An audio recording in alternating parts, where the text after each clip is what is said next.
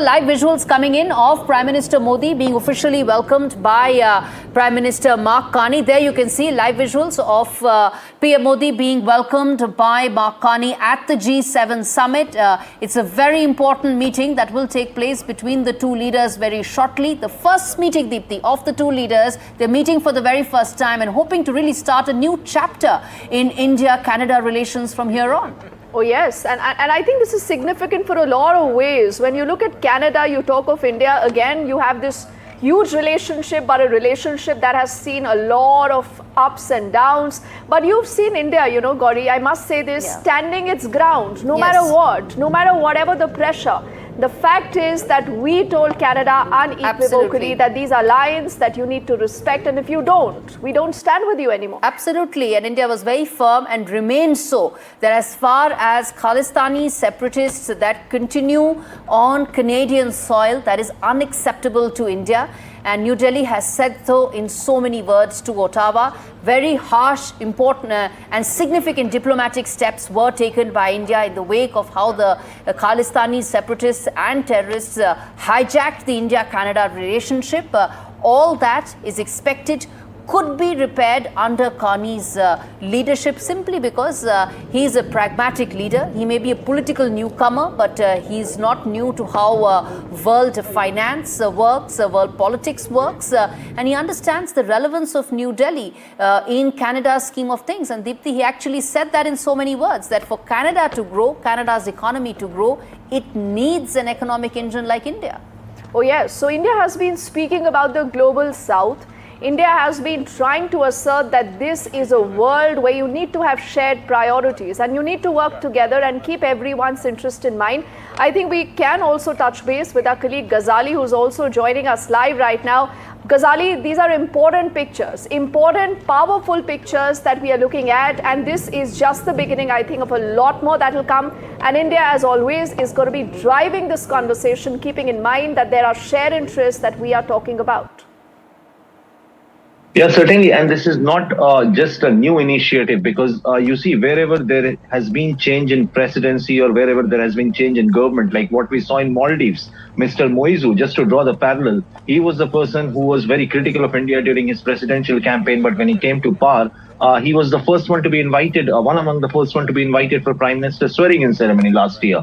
In the same way here in Canada, it all appeared as if under Mr. Trudeau's tenure, India-Canada relations had taken a hit. Multiple accusations were made by the Canadian government back then. A similar set of officials is still are there in Canada, and yet for the G7, even Prime Minister Modi has been invited, and bilateral meetings are expected between Mr. Prime Minister and the Canadian Prime Minister now. So certainly it's a reset button has been clicked by India and Canada both, and in the coming days we will see intelligence sharing on terrorism and multiple more MOUs and understandings between the two countries growing together, because India has always had this kind of relations or diplomatic or the foreign policies like this, that we are not discarding anyone.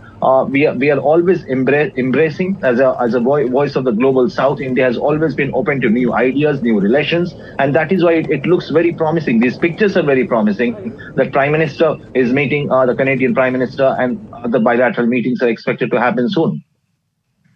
Pictures looking at the kind of potential that the relationship offers. Already intel sharing mechanisms are being talked about, Ghazali, between India and Canada, and there's expectation that trade will be the first shared interest that will pave the way for the relationship to really recover from Justin Trudeau's lows. Yeah, certainly. And see how we had pulled out our diplomatic missions and our diplomats from Canada, how Canada had withdrawn, or we had asked Canada also to remove their senior officials from here. And this went on for a couple of months. And after that, there was a lull.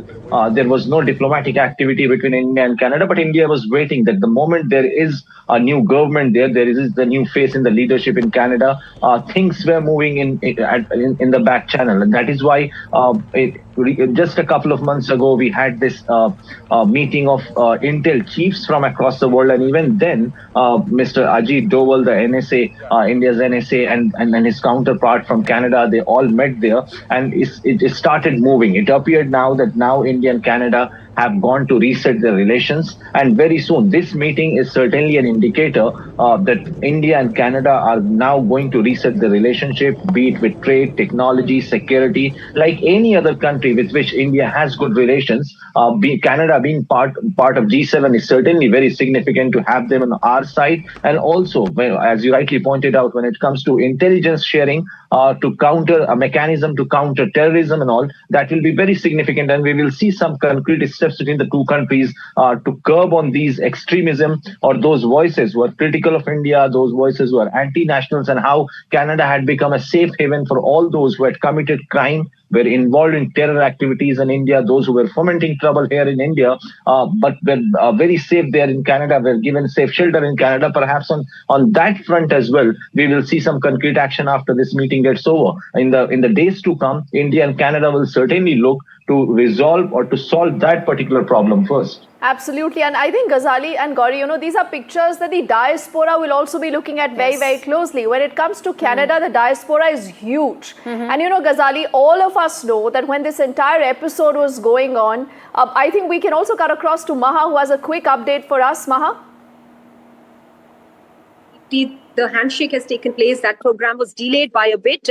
It was supposed to happen earlier, but because of some scheduling issues, the previous programs were on. The host, Prime Minister Mark Carney, was available for handshakes and pictures with the invited countries only now. And the big moment there, considering that there was friction for 2 years between India and Canada, to see those visuals will come as a big relief to many people, especially the community, the Indian community in Canada, that has been feeling the pressure of the diplomatic friction between the two countries.